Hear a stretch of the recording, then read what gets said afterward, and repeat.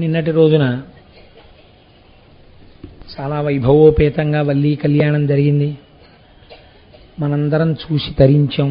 కళ్యాణ ఘట్టాన్ని చూడటము అంటే అది చాలా పరమ పవిత్రమైనటువంటి సందర్భం కనుక నిన్నటి రోజు మీ అందరూ శ్రద్ధాళువులై అత్యంత వినయ విధేయతలతో అన్నిటికన్నా నేను మరిచిపోలేని మధురమైన క్షణం ఏదిగా గుర్తుపెట్టుకున్నానంటే నిన్న ఈ దేవాలయం అంతా నిండిపోయి ఉంది. నిన్న ఆ వేదిక మించి చూస్తుంటే కనుచూపు మేర వరకు జనం ఉన్నారు. సుబ్రహ్మణ్య శర్మ గారు మీ అందరూ స్వామి వంకే చూస్తూ మీ మనస్సులో కోరికలు కోరుకోండి అన్నారు. ఆ క్షణంలో కళ్ళు మూసుకుని కూర్చుంటే ఇక్కడ నిర్మానుష్యం ఎవరూ లేనట్టే ఉంది. ఎందుకంటే పిన్ డ్రాప్ సైలెన్స్ అంటారే ఇంగ్లీష్లో, నిశ్శబ్దం. చాలా అరుదండి. పెద్ద పెద్ద క్షేత్రాల్లో కళ్యాణం జరుగుతున్నప్పుడు కూడా ఎక్కడో అక్కడ కదలిక మాటలు ఏవో ఉంటాయి. అంత నిశ్శబ్దంతో కూడినటువంటి కొన్ని వేల మంది భాగవతుల మధ్య కళ్యాణం జరిగేటట్టుగా కాకినాడ పట్టణం నిన్న సాయంకాలం ఒక ఆదర్శవంతమైన కొత్త అధ్యాయాన్ని ఆవిష్కరించింది. అందులో మీ అందరూ భాగస్వాములు, దానికి నా కృతజ్ఞతలు. ఇక ఇవాల్టి రోజు ప్రవచనానికి సంబంధించినంత వరకు మనకి శివ సంబంధమైనటువంటి విషయాల్లో చాలా పరమ పవిత్రమైనటువంటి ఘట్టంగా మనం భావించేటటువంటిది గంగావతరణం. అది మకుటాయమానం. ఇంకా దానితో సమానమైనటువంటి ఘట్టం ఇంకోటి ఉంటుందని నేను అనుకోను. అలా నేను అనడానికి మళ్ళీ వెంటనే నాకు ఇవాళ ఇంకోటి స్ఫురణలోకి వచ్చింది ఇప్పుడు ఆ మాట అనగానే. దీనికన్నా చాలా అత్యంత ఆశ్చర్యకరమై భగవంతుని యొక్క అనుగ్రహము, భగవంతుని యొక్క కారుణ్యము ఇంత వశుడైపోయేటట్టుగా ఉంటాయా? అసలు ఇలా కూడా భగవంతుడి యొక్క అనుగ్రహం ఉంటుందా? ఇంతగా భగవంతుడు లొంగిపోతాడా అని మనం ముక్కు మీద వేలు వేసుకుని వినవలసినటువంటి ఒక ఆశ్చర్యకరమైన సంఘటన రేపటి రోజున వివరణ చేస్తాను. ఎందుకు అలా అనవలసి వచ్చిందంటే, ఇప్పుడు నేను ఈశ్వరుడి కారుణ్యమునకు ఇదే గొప్పది అన్నాను. కాదు, అంతకన్నా గొప్పది ఇంకోటి ఉంది, అందుకని అది రేపు చెప్పవలసి వస్తుంది. కాబట్టి ఈశ్వర కారుణ్యమునకు హద్దు లేదని చూపించే వాటిలో గంగావతరణం ఒకటి. కానీ అది పరమ పవిత్రమైనటువంటి ఆఖ్యానం. మీరు రామాయణంలో విన్నారు, సగర చక్రవర్తి యొక్క కుమారులు ఉద్ధతితో ప్రవర్తించి కపిల మహర్షి తపస్సు చేసుకుంటున్నటువంటి ప్రదేశానికి వెళ్ళి తమ యాగాశ్వం అక్కడ కనపడింది అని, అక్కడ గుర్రం కనపడింది కాబట్టి ఆయనే దొంగ అని ఒక నిర్ణయానికి వచ్చేసి చేతికి దొరికిన కట్టెలు కర్రలు మొదలైనవి పట్టుకుని ఆయన నింద చేస్తూ ఆయన మీదకి పరిగెత్తారు. మహాపురుష సంకల్పం ఒక్కటి చాలు నాశనం చేసేయడానికి. అది చాలా భయంకరంగా ఉంటుంది. ఆ కావ్యకంఠ గణపతి ముని నాసిక్లో తపస్సు చేసుకుంటున్నటువంటి సమయంలో ఆ ఆలయపు అర్చకుడు ఆయన మీద దొంగతనాన్ని అంటకట్టి ఆయన్ని కొట్టాడు. కొడితే ఆయన ఏం అనలేదు. ఆయన్ని తిట్టాడు, తిట్టరాని తిట్లు తిట్టాడు. ఆయన ఏం అనలేదు. జుత్తు పట్టుకుని ఈడ్చుకొచ్చాడు గుళ్ళోంచి బయటికి, తపస్సు చేసుకుంటున్న వారిని ఈడ్చుకొచ్చి 10 మంది మధ్యలో పారేసి కొట్టి, వీడే ఈ దొంగతనం చేశాడు, ఆలయంలో ఉన్న సొత్తు ఎత్తుకుపోయాడు నిన్న రాత్రి అని ఆయన మీద ఫిర్యాదు పెట్టాడు. ఈలోగా పోలీసులు ఆ సొత్తుని అమ్ముతున్న అసలు దొంగని పట్టుకుని తీసుకొచ్చి గుళ్ళో ఆ సామాన్ ఇచ్చేశారు. ఇంతసేపు నిగ్రహం పెట్టినటువంటి కావ్యకంఠ గణపతి ముని పూర్వం ఆయన్ని ఆ నాసిక్ పట్టణంలోనే చాలా మర్యాదతో గౌరవించినటువంటి ఒక ఉన్నత కుటుంబీకుడు వచ్చి, మిమ్మల్ని అంత కొడుతుంటే కనీసం నేను చెయ్యలేదు దొంగతనం ఎందుకనలేదు అన్నారు.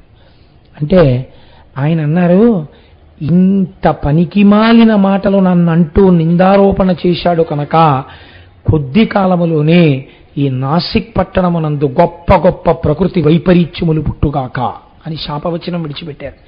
నిజంగా అలా జరిగిందండి. నాసిక్లో ఒకప్పుడు భయంకరమైనటువంటి భూకంపం వచ్చేసింది. కాబట్టి మహాత్ముల యొక్క శక్తి ఎక్కడుంటుంది అంటే, వాళ్ళకి ఇంకా ధనస్సు బాణాలు ఇవన్నీ వాళ్ళకి అక్కర్లేదు.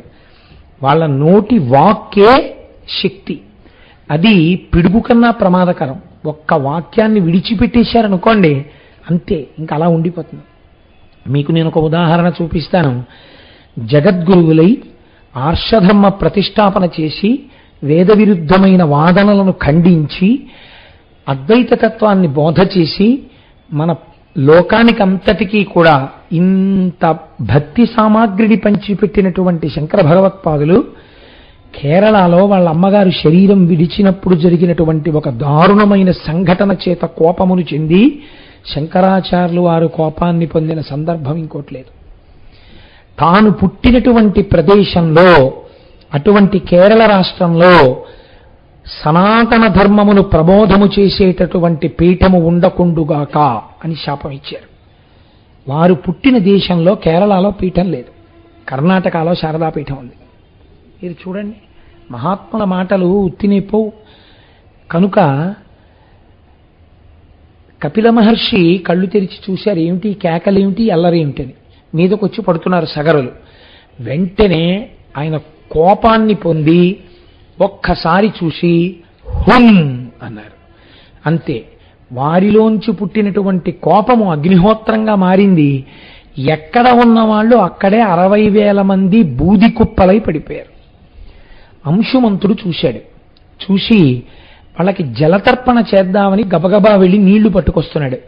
పట్టుకొస్తుంటే గరుత్మంతుడు అన్నాడు, ఇలా మహాత్ముల యొక్క క్రోధాగ్ని చేత ఎవరు మరణిస్తారో వాళ్ళని ఉద్ధరించడానికి సామాన్యమైనటువంటి జలములకు అధికారము లేదు. ఈ నీటిని విడిచిపెడితే, సామాన్యంగా ప్రాణాన్ని విడిచిపెట్టిన వాడైతే జలతర్పణ అందుతుంది వాడికి.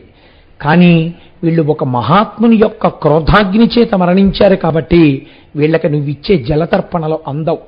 వీళ్ళు ఊర్ధ్వలోకాల్ని పొందరు. వీళ్ళు ఇలాగే ఉగ్రత్వమును పొంది తిరుగుతూ ఉంటారు.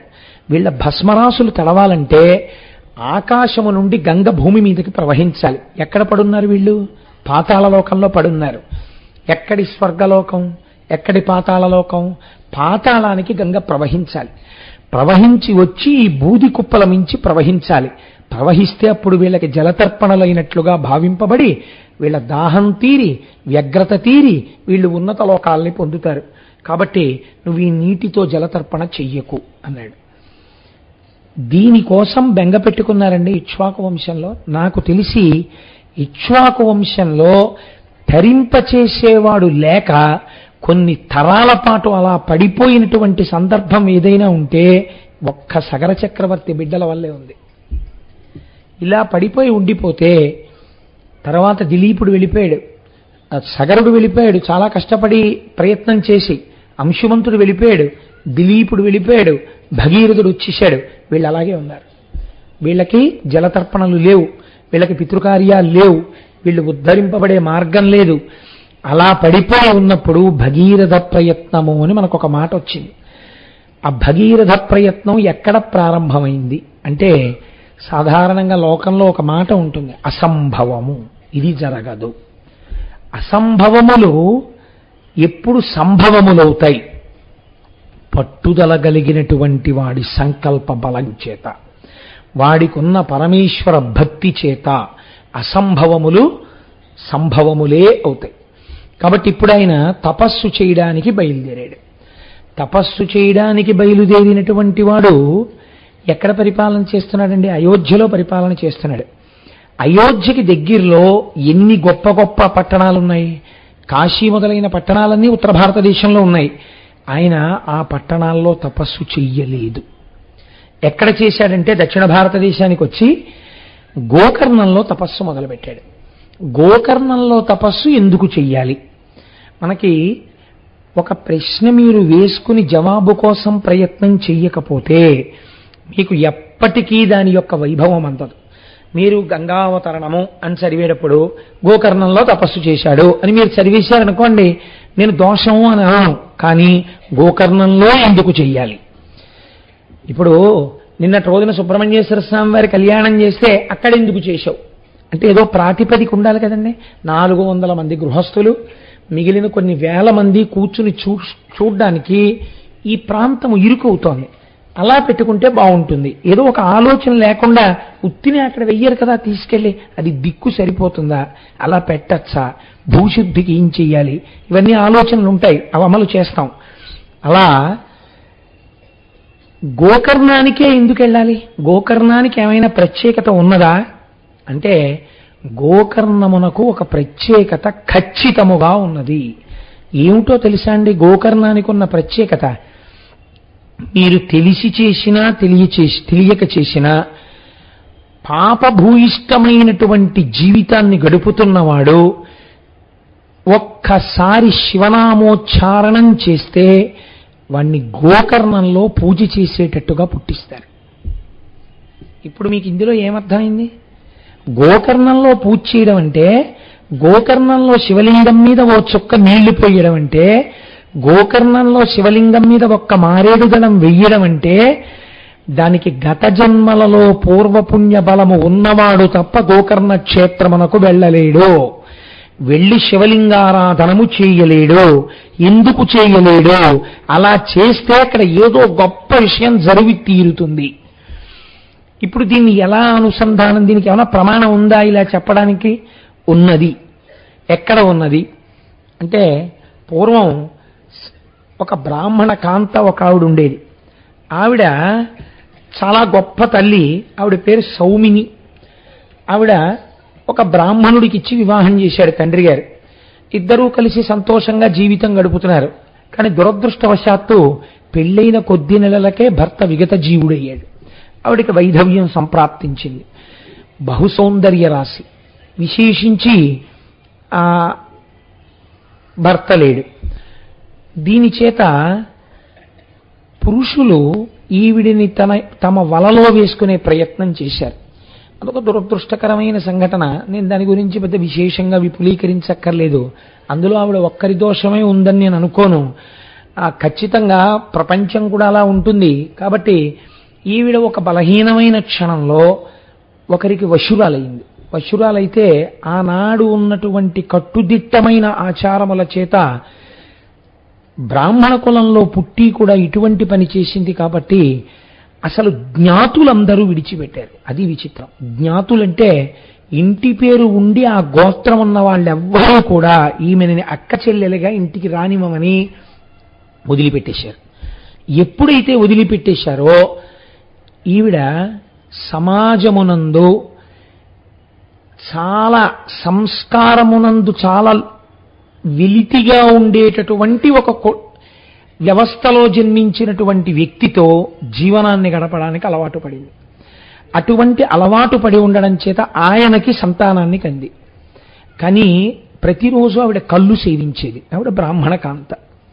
ఆవిడకి ప్రతిరోజు మాంసం ఉండాలి, మాంసము తిని జీవించాలి. మీరు నన్ను క్షమిస్తే ఒక మాట నేను చెప్తాను సభాముఖంగా, నాకేం భయం లేదు ఇలాంటివి చెప్పడానికి. చెడిపోయిన బ్రాహ్మణుడు ప్రవర్తించేంత వ్యగ్రంగా ఎవరూ ప్రవర్తించలేరండి. నేను ఎన్నో చూశాను సమాజంలో సంఘటనలు. అసలు నిజంగా అలా ఉండడానికి సహజమండే అని మీరు అనుకునే వాళ్ళకన్నా దారుణంగా ఉంటాడు భ్రష్టుడైన బ్రాహ్మణుడు సమాజంలో. ఆ భ్రష్టత్వం వైపుకు వెళ్ళకూడదు. కాబట్టి ఏమైంది, ఇప్పుడు ఆవిడ కళ్ళు తాగుతోంది, ఆవిడ మాంసం తింటోంది. ఒక్కసారి లోపలకి ఆ బుద్ధి ప్రవేశిస్తే హీనత్వం ఎక్కడికైనా వెళ్ళిపోతుంది. ఒకనాడు భర్త అని అనడం కుదరదేమో, ఉన్నటువంటి స్థితి రీత్యా ఆయన ఎక్కడికో వెళ్ళాడు పని మీద. ఈవిడికి ఒక రాత్రి వేళ మాంసాహారాన్ని తినాలని కోరిక పుట్టింది. ఎంతటి వ్యగ్రతతో కూడినటువంటి జీవిగా ఈవిడ మారిపోయిందంటే, వెంటనే ఆవిడ చూరులోంచి ఒక పట్టా కత్తిని తీసింది. పెరట్లోకి పశువులు కట్టబడేటటువంటి ప్రదేశానికి ఒక దీపం పట్టుకుని వెళ్ళింది. వెళ్ళి అక్కడ ఉండేటటువంటి మేకలలో ఒక మేకని నరికేసి తెచ్చి వండుకు తినేస్తుంది ఆవిడ. ఇప్పుడు ఆవిడ అటువంటి స్థితికి వెళ్ళిపోయింది ఆవిడ జీవనం. వెళ్ళిపోయి ఆవిడ కత్తి పట్టుకుని వెళ్ళి చాలా కళ్ళు తాగి ఉంది, అపభ్రంశమైన మనస్సుతో ఉంది. ఆ వ్యగ్రతలో ఆవిడకి సరిగ్గా ప్రాణుల యొక్క గుర్తింపు కలగలేదు. చేతిలో ఉన్న దీపం కొట్టుమిట్టాడుతోంది. నల్లని మేక అనుకుని ఒక నల్లని ఆవు దూడని నరికేసింది. నరికేసి ఆ ఆవు దూడని ఇంట్లోకి తీసుకొచ్చింది. చచ్చిపోయిన ఆవు దూడని నెత్తురు కారుతుండగా తెచ్చి ఆ కత్తితో తోలు తీసేసి మాంసాన్ని పచనం చేసుకోవడానికని దీపం దగ్గర పెట్టుకుంది. దగ్గర పట్టుకున్న తర్వాత చూస్తే ముఖం వంక చూసింది ఆవు దూడ. అప్రయత్నంగా ఆవిడ నోటి వెంట ఒక మాట వచ్చింది, శివ శివ అంది. అంతే. అంటే ఎక్కడో సంస్కార బలం దాగి ఉంది. ఒకప్పటి సంస్కారం ఒక్కసారి పైకి లేచింది. అబ్బబ్బబ్బా అవదూడని చంపేశాను అనుకుంది. శివ శివ అంది. అంతే. కానీ ఆవిడ వెనకంజ వేయలేదు. కళ్ళు తాగి ఉంది, ఉత్తరక్షణం పోయింది ఆ సంస్కారం. కొన్ని పదార్థాలను అందుకే సేవించవద్దని చెప్తారు. ఒక కొత్త సంస్కారం ప్రారంభమవుతుంది మనిషిలోంచి, వ్యగ్రతతో కూడిన సంస్కారం. దాన్ని మీరు స్థిరపరచుకోకూడదు. ఈశ్వరుడు మీకు ఇచ్చిన దాంతో ఉన్నతి వైపుకి వెళ్ళాలి, కానీ పతనావస్థ వైపు వెళ్ళే పదార్థం తీసుకోవడం ఏమిటండి, పాడు చేసుకోవడం ఏమిటి? కాబట్టి ఒక స్త్రీ హద్దులు దాటిపోయింది. ఇందులో మీకు ఎన్నో విషయాలు తెలుస్తాయి. ఏ విషయంలో తప్పు జరిగితే భ్రష్టత్వం ఎంత దూరం ఎడుతుందో కూడా తెలుస్తుంది. కాబట్టి ఇప్పుడు ఏమైంది, ఆవిడ ఆవుని ముక్కలు చేసేసింది. పచ్చి మాంసపు ముక్కలు కొన్ని తీసి ఉడికించుకుని తినేసింది. శరీరంలో బలం అంతకాలం ఒక్కలా ఉండదు కదండి. శరీరం జర్జరీభూతం అయిపోతుంది. ఆవిడ వృద్ధురాలైపోయి కట్టకడన ప్రాణాన్ని విడిచిపెట్టేసింది.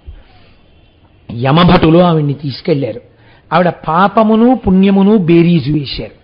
ఇది విచిత్రం. అక్కడ ఒక తర్కం జరిగింది. సరే, పాపం ఇంతుంది, ఇంత పాపానికి ఏం చేయాలి, దానికి పెద్ద విశేషం ఏం లేదు. రకరకాల శిక్షలు, దిక్కుమాలిన శిక్షలు వేసేయచ్చు. దీనికి ఏం చెయ్యాలి? శివశివ అన్న మాటకి ఏమైనా చెయ్యొచ్చా? ఈ శివశివ అని 2 మాటలు మాత్రం అంది. 2 మాటలు శివశివ అన్నందుకు ఈవిడికి ఏ పుణ్యం ఇవ్వవచ్చు అని అడిగారు. అడిగితే యమలోకంలో పెట్టినటువంటి బాధలు పెట్టగా అత్యంత హేయమైన సంస్కారమున్న కుటుంబమునందు పుట్టించి, చీకటి పడిన తరువాత ఈవిడ నడుస్తుంటే ఎవరికీ తెలియనంత నల్లటి రూపంతో పుట్టించి, పుట్టుకతో అంధురాల్ని చేసి కుష్ఠవ్యాధిని కట్టపెట్టండి. కాబట్టి యవ్వనము వచ్చేటప్పటికీ ఒంట్లోంచి పుళ్ళు పుట్టి చీము నిట్టులు అలా కారిపోతూ ఉండాలి.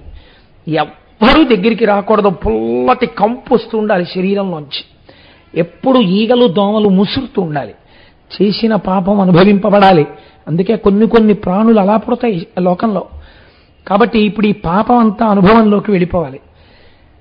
శివశివ అన్నందుకు గోకర్ణం మాత్రం చేర్చండి అన్నారు. చూశారా, శాస్త్రమేనండి. మీరు నన్ను ఇక్కడ ఒక ప్రశ్న వేయచ్చు, ఏమండి శివశివ అంటే గోకర్ణానికి వెళ్ళిపోతారా, అలా ఉంటుందా అని మీరు అనుమానపడచ్చు. నేను ఒక్క మాట చెప్తాను, ఆలోచించండి. మీరు మీ ఆఫీసర్ గారి దగ్గరికి వెళ్ళి మీరు రోజు ఫైల్ పట్టుకెళ్ళినప్పుడు, తమరు నిన్న చెప్పింది ఫైల్ రాసేసానండి అంటారు కదా, తమరు అన్న 3 అక్షరాల్ని తీసి ఉరే అని మార్చండి. తమరు అండం మానేసి ఉరే నిన్న నువ్వు చెప్పింది ఫైల్ పెట్టేశాను అని అక్కడ పెట్టండి. మీ సీట్లోకి వెళ్ళేటప్పటికీ 2 ఒకటి వస్తుంది. ఒకటి ట్రాన్స్ఫర్ ఆర్డరు, లేకపోతే సస్పెన్షన్ ఆర్డర్ కదండి. ఏం భాషలో ఉన్నవి కావా? రే ఈ అన్న అక్షరాలు లోకంలో వ్యవహారంలో ఉన్నవి కావా? ఉరే అన్న అక్షరాలు. తామారు అన్నవి వ్యవహారంలో ఉన్నవే, అవి శంకరుడి వల్ల వచ్చినవే, ఇవి శంకరుడి వల్ల వచ్చినవే. ఈ 3 అక్షరాలు పక్కన పెడితే ఇంత వ్యగ్రతతో కూడిన ఫలితం ఎందుకు వచ్చింది? ఆ అక్షరములనే మార్చి పక్కన పెడితే ఫలితం అలా వచ్చినప్పుడు, సృష్టిలో శివ అన్న 2 అక్షరాల్ని కలిపి పెట్టినప్పుడు ఈ ఫలితం ఇస్తే మీకేమిటి అభ్యంతరం? తమరు పెడితే మీరు ప్రశాంతంగా ఉన్నారా? ఉరే పెడితే సస్పెన్షన్ వచ్చిందా? ఈ లోకంలోనే వచ్చిందే. మీకన్నా ముందు పుట్టినవాడు అధికారి అయినందుకు మీ మీద అంత అధికారం చెలాయించగలుగుతున్నాడే. సర్వలోకములను సృష్టించినటువంటి పరమేశ్వరుడు ఆయన నామం చెప్పినంత మాత్రం చేత నువ్వు ఈ ఫలితం ఇయ్యని అంటే మీరు ఎందుకు అభ్యంతరపడాలి? మీకెందుకు బెంగ ఉండాలి? మీకెందుకు అనుమానం ఉండాలి ఆ విషయంలో? ఒక విషయాన్ని మీరు తెలుసుకోవడం వేరు, తెలుసుకున్న దాన్ని సదాచారములోకి తెచ్చుకోవడం వేరు. దేశము కాలము అని 2 ఉంటాయి. ఇవి కలియడం చాలా కష్టం అండి. దేశం ఉంటుంది, కాలం ఉంటుంది. మీరు చూడండి, దేశము మా ఇంట్లో కూర్చున్న దేశమే, అయ్యప్ప స్వామి గుళ్ళో కూర్చున్న దేశమే. మా ఇంట్లో కూర్చుని శివాష్టోత్తరం చదివాననుకోండి, అష్టోత్తరం చదివానంటారు. ఇక్కడికి వచ్చి కూర్చుని నేను అష్టోత్తరం చదివాననుకోండి, 108 పక్కన 3 సున్నాలు పెడతారు. అన్నిసార్లు నామని చెప్పినట్టు ఖాతాలో వేస్తారు. ఎందుకు? ఇది ఆలయ ప్రాంగణం.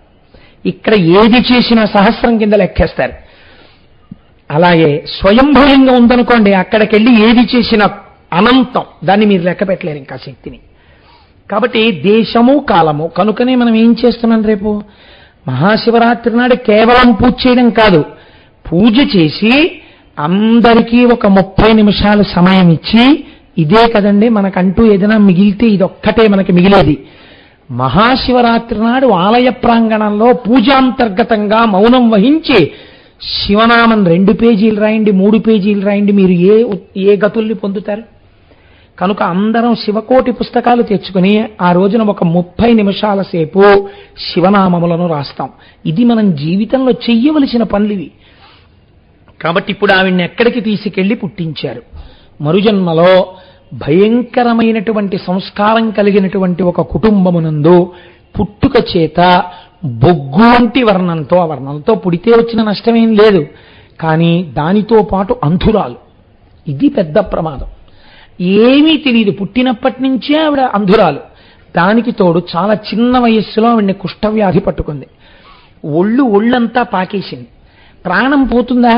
పోలేదు. ఇదండి అసలు మీకు ప్రపంచంలో ఈశ్వరుడు వేసేటటువంటి శిక్ష ఎప్పుడు కనపడుతుందో తెలుసా అండి?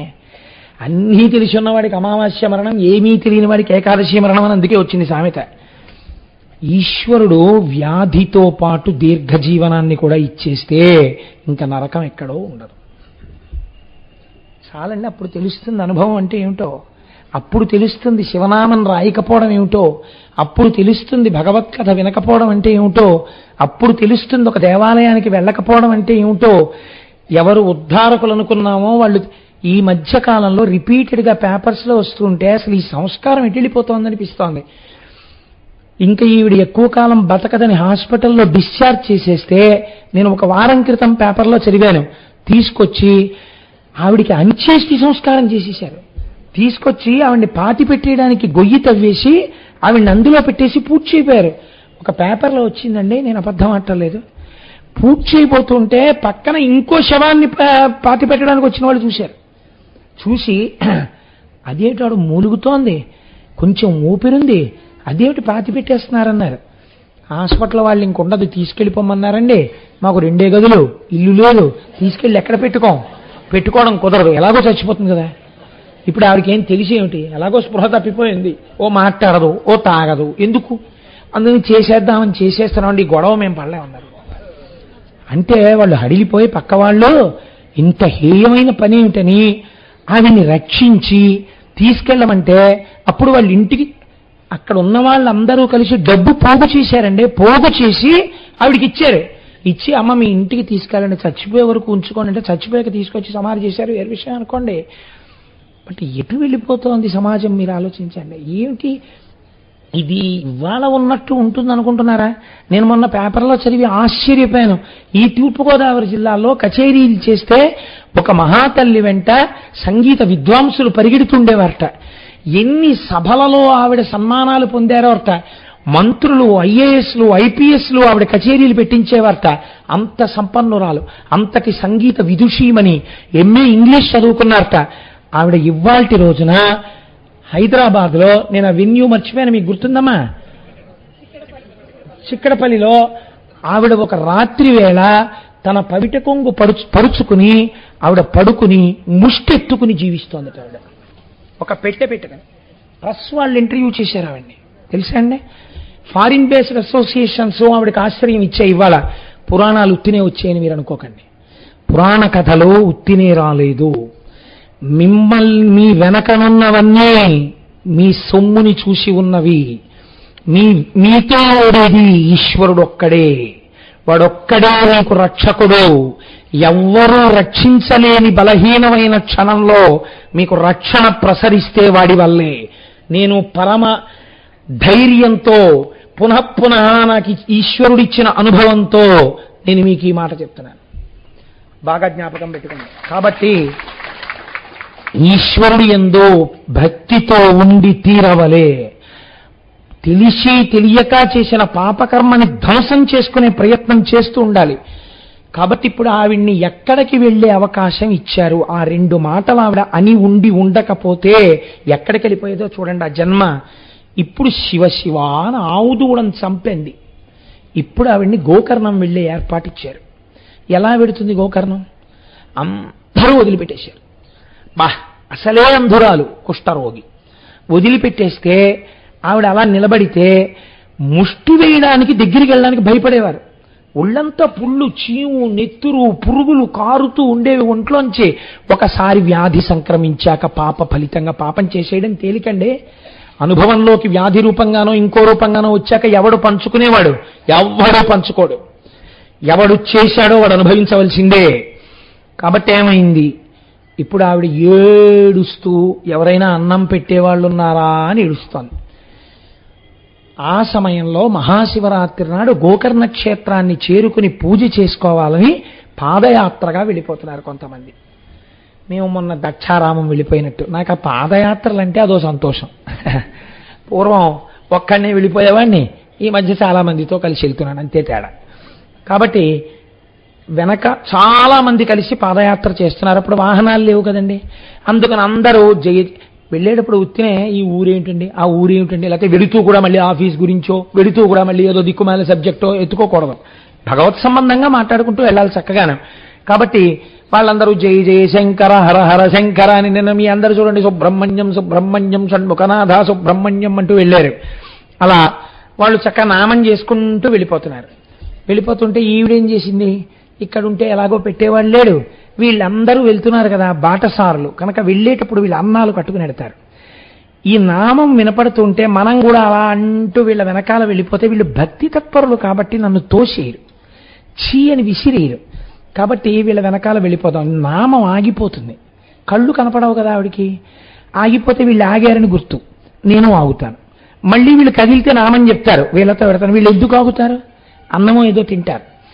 ఇంతమంది భాగవతులు కాబట్టి ఇంత హీన రూపంతో ఉన్న నన్ను వదలరు, కొంచెం పెడతారు. ఇంతే ఆవిడ ప్రేమ. ఆవిడికి గోకర్ణం వెడదామని తెలియదు, వాళ్ళు గోకర్ణం పెడుతున్నారని తెలియదు. కాబట్టి వెంటబడింది. ఏదో పెడుతున్నారు. చిట్ట చివరికి మహాశివరాత్రి నాడు వీళ్ళందరూ గోకర్ణం వెళ్ళిపోయారు. అప్పటి వరకు అంటూ పెడతారు కానండి, గోకర్ణం వెళ్ళిపోయిన తర్వాత ఎందుకు పెడతారు? ఎవరి మానాన వాళ్ళ ఆలయంలోకి వెళ్ళిపోయారు, ఎవరి మానాన వాళ్ళు అభిషేకానికి వెళ్ళిపోయారు. వెళ్ళిపోతే ఈవిడ అక్కడ కూర్చుని ఏడుస్తోంది. మళ్ళీ అన్నం పెట్టేవాళ్ళు లేడు. అపారమైన ఆకలి. ఆ ఆకలితో చెయ్యి చాపి అన్నమో రామచంద్ర అని ఏడుస్తోంది. ఎవరైనా ఏమైనా పెడతారేమో అని. అది మహాశివరాత్రి. మహాశివరాత్రి నాడు ఎవరు ఏవి పట్టుకెడుతున్నా ఈశ్వరార్చనకు పట్టుకెడతారు కానీ తము తినడానికి లోపలికేం పట్టుకెళ్ళరు కదా. కాబట్టి ఇప్పుడు ఒక ఆయన వెళ్ళిపోతూ వెళ్ళిపోతూ చాలా జాలేసింది చూస్తే. ఆయన బుట్ట నిండా మారేడు పత్రు ఉంది, దానికి కోటిలింగాల క్షేత్రం అని పేరు. ఎటు చూసిన శివలింగాలేట గోకర్ణంలో ఒకప్పుడు కృతయుగం నుంచి ఉంది ఆ క్షేత్రం. కాబట్టి ఆవిడ చేతిలో పోన్లే ఇంత హీనమైన స్థితిలో ఉంది, ఇంత హీనమైన స్థితిలో ఉంది కాబట్టి కనీసంలో కనీసం ఈ మారేడు పత్రితో పోని పూజ చేసుకుంటుందేమో, ఏదో శివలింగం మీద వేస్తుందేమో, ఈ పాపం ఇక్కడితో ఈవిడిది అంతరించిపోతుంది అని పాపం ఆయన ఆ కోణంలో ఆలోచించి ఆవిడ చేతిలో లేత బిల్వదళాలు 2-3 పెట్టాడు. పెడితే చేతిలో ఏదో పడింది. ఇప్పుడు ఈవిడ ఆర్తి ఏమిటి? తినాలి. ఈవిడేం చేసింది? తిందామని ఆకులు తెలుస్తున్నాయి చేతికి.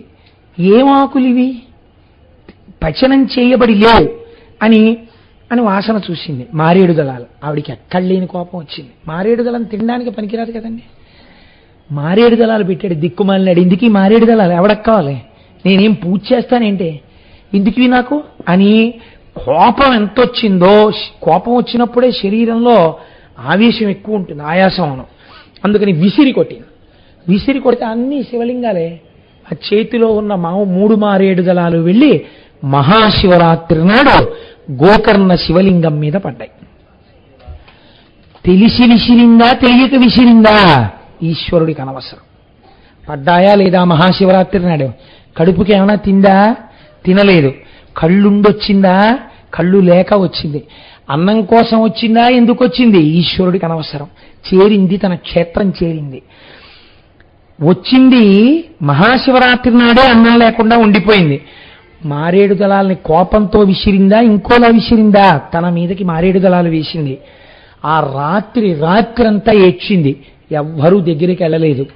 మరునాడు ఉదయం ఇక్కడేం దొరకట్లేదని తడువుకుంటూ వెళ్ళబోతూ ప్రాణాలు నిలబడక ఆ రోజు రాత్రంతా ఆహారం కోసమని చెప్పి అరుస్తూ జాగరణ చేసి ఆ 3 మారేడు దళాలు వేసిన తర్వాత నీటి చుక్క ముట్టుకోకుండా ఆ గుడి ప్రాంగణమును దాటుతూ అక్కడే పడి శరీరాన్ని వదిలిపెట్టేసింది. ఆవిడికి ఈశ్వరుడు మోక్షం ఇచ్చేశాడు.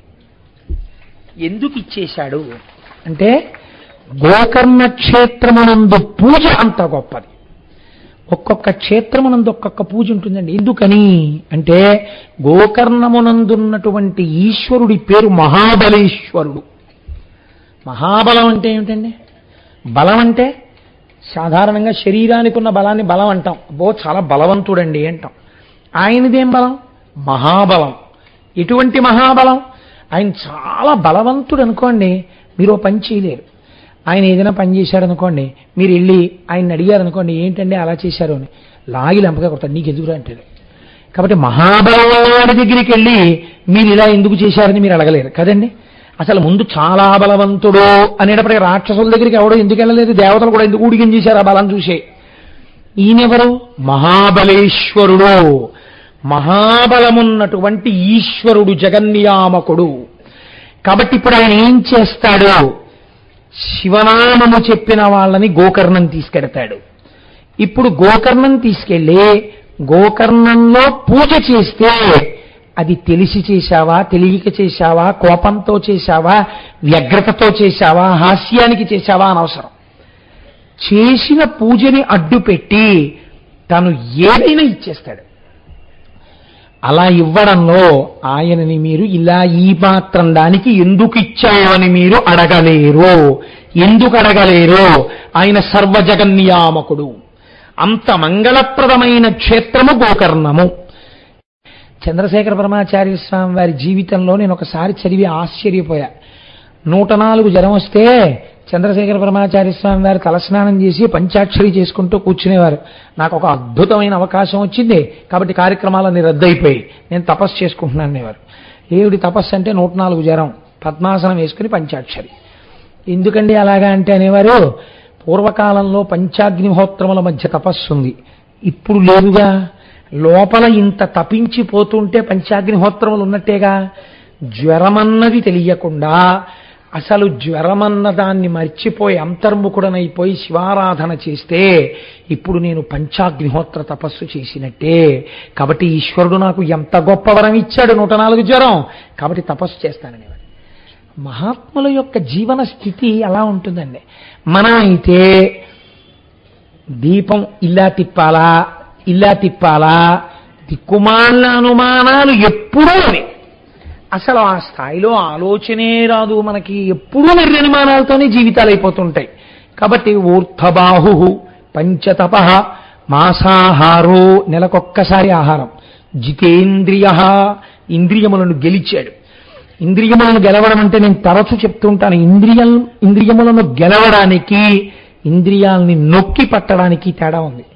ఇంద్రియాలని నొక్కి పడితే అవి ఎప్పుడో అప్పుడు కాటేసేస్తాయి.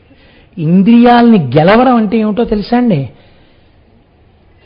ఏ ఇంద్రియములు ఆయా పదార్థములను చూసినప్పుడు లౌల్యమునకు గురవుతాయో ఆ పదార్థము తన ఎదురుగుండా కనపడినా ఆ ఇంద్రియము లౌల్యమునకు గురి కాకపోవుట.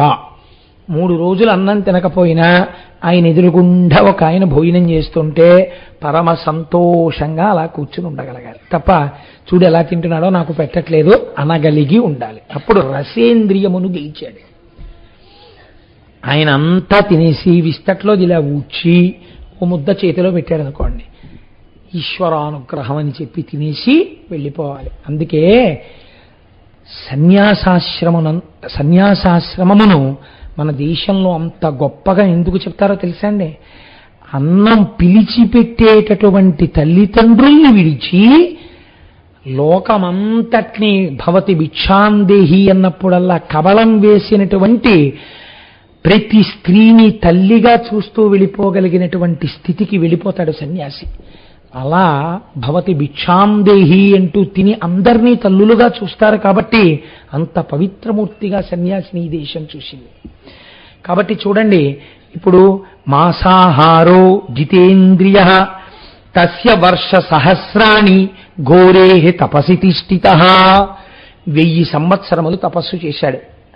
1000 సంవత్సరాలంటే మరి 1000 ఏళ్ళు బతుకుతాడా అండి అని అడక్కండి. ఒక్కొక్క యుగంలో ఒక్కొక్క రకంగా ఉంటుంది జీవితం. ఒక్కొక్కసారి ఒక్కొక్క యుగంలో అస్థిగతం, ఎముకలు ఉన్నంత వరకు ప్రాణం ఉంటుంది. కాబట్టి త్రేతాయుగం కాబట్టి ఆ రోజుల్లో ఆ ఎముకలు ఉన్నంతకాలం వాళ్ళకేమి ఇబ్బంది లేదు. ఆయన 1000 వర్షములు తపస్సు చేశాడు.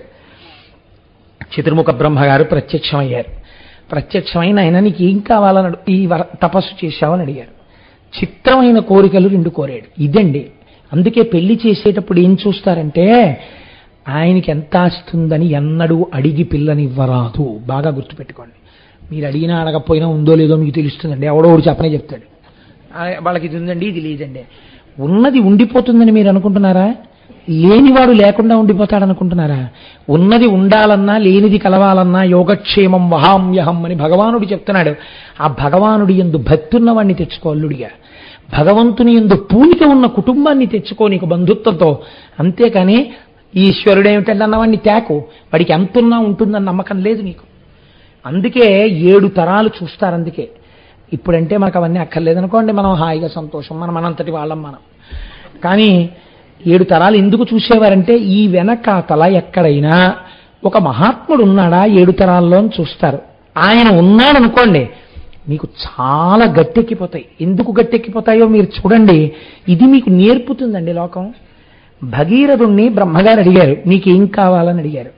ఆయన 2 కోరాడు. ఆయనకి పిల్లలు లేక కాదు.